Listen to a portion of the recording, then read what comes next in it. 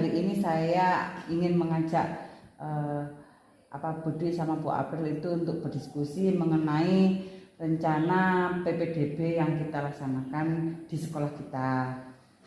Kira-kira nanti apakah melalui PPDB ini kita dapat mengenal kebutuhan peserta didik ya? Oh ya, tentu saja Bu. Nanti kita bisa memberikan asesmen lebih dahulu kepada peserta didik supaya kita mengetahui sejauh mana kemampuan peserta didik. Oh gitu. Kemudian kira-kira apa ya Bu ya dampak jika kita itu melakukan tes calistung kepada anak di masa PPDB itu? Dampaknya anak-anak itu belum apa-apa, belum masuk SD itu sudah takut Bu. Ya. Terus masa transisi PAUD SD kan semua anak itu berangkat dalam posisi yang sama. Terus kondisi tiap anak itu berbeda-beda. Terkadang anak-anak kan itu ada yang dari PAUD itu sudah bisa membaca, menulis dan berhitung, tapi ada juga yang belum bisa. Iya.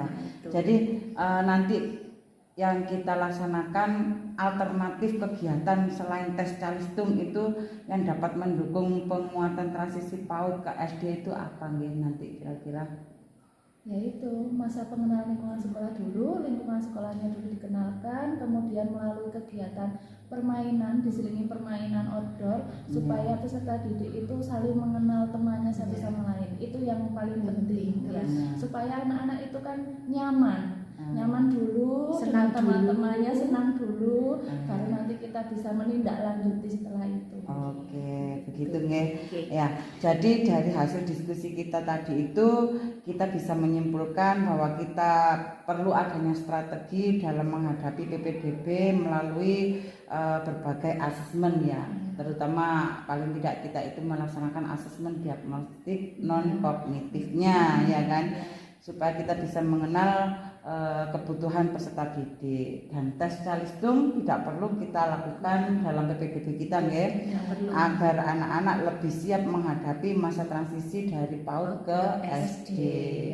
Jadi bisa diadakan kegiatan berupa permainan di luar ruangan, kemudian pengenalan warga sekolah dan lingkungan sekolah agar anak-anak lebih siap dalam menghadapi masa SD-nya begitu ya.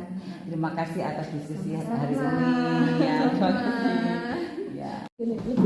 Assalamualaikum warahmatullahi wabarakatuh. Saya Dwi Sulistia dari SDN Pacet 2 akan memberikan umpan balik terkait pelaksanaan PPDB di SDN Pacet 2. Pelaksanaan PPDB di SDN Pacet 2 kemarin sudah berjalan dengan baik.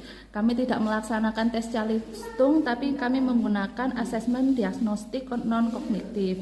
Jadi pada masa awal anak-anak diajak untuk melaksanakan kegiatan pengenalan lingkungan sekolah dan warga sekolah, serta anak juga diberikan beberapa games outdoor supaya anak itu lebih mengenal teman-temannya, sehingga ketika anak sudah mulai memasuki kegiatan di SD, anak akan merasa nyaman dan aman dan juga kenal dengan teman-temannya.